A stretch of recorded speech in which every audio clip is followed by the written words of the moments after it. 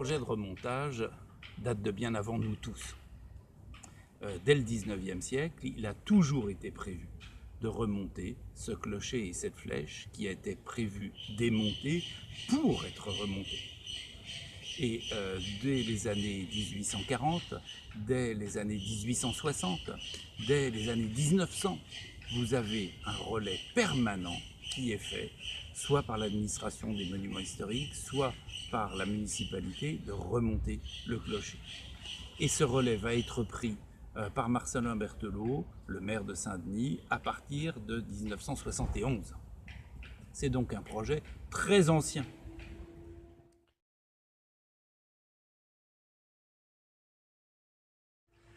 Avant de poser une première pierre, comme dans tout projet, il y a beaucoup d'années de travail, d'études, d'élaboration, de projets à proprement parler, qui ne se matérialisent pas sur le terrain, mais qui conditionnent toute la suite des événements.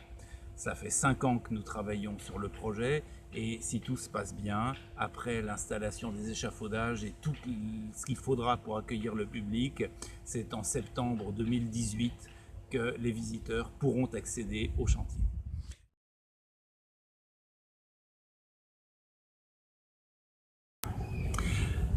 Les grandes étapes sont un peu différentes de celles d'un projet neuf.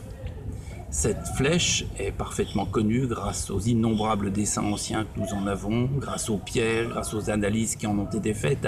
Elle a déjà été pensée. Et notre objectif est de la refaire exactement selon les dispositions qu'elle avait à l'époque médiévale jusqu'à sa destruction au début du 19e siècle. En revanche, les grandes étapes ont été des étapes de conviction. Convaincre une administration que cette flèche pouvait être bénéfique à l'Église, qu'elle servirait à la fois à l'authenticité du monument, à son attractivité, au rayonnement de Saint-Denis et à la remise en place de Saint-Denis dans son niveau des monuments d'Île-de-France. Convaincre également des élus, convaincre de l'équilibre financier d'un projet original qui va se payer grâce à ses visiteurs. Ce n'est pas un schéma usuel où l'argent public sert à restaurer un monument, c'est l'argent des visiteurs qui va servir à restaurer ce monument.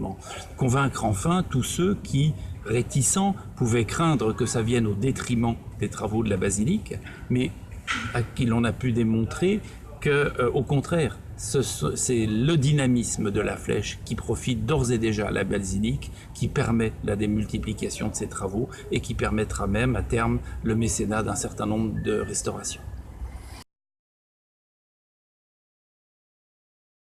Les visiteurs verront un spectacle total.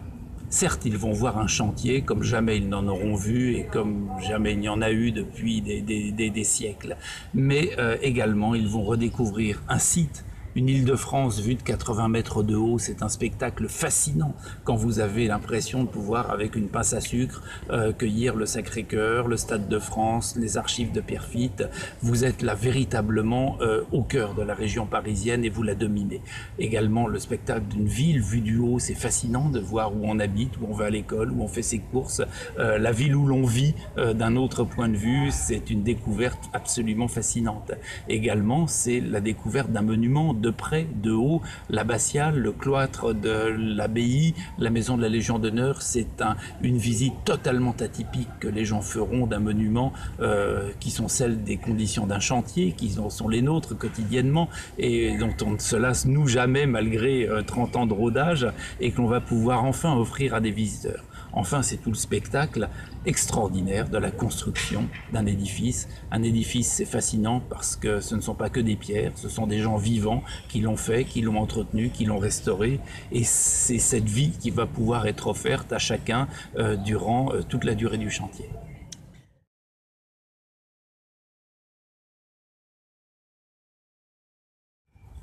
Si tout se passe bien, le début du chantier sera ouvert au public à partir de septembre, octobre peut-être 2018, après les travaux de consolidation préalables du Massif occidental.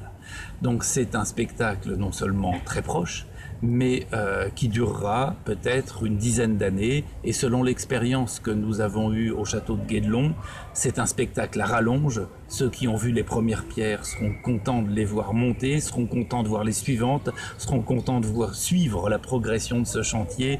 Un événement, ce n'est pas un flash ponctuel sur la réalisation d'un jour, c'est tout un suivi, c'est l'aventure d'une vie pour ceux qui le font et pour ceux qui le voient. Et les visiteurs de Guédelon sont des visiteurs réguliers qui participent pleinement à la construction du monument.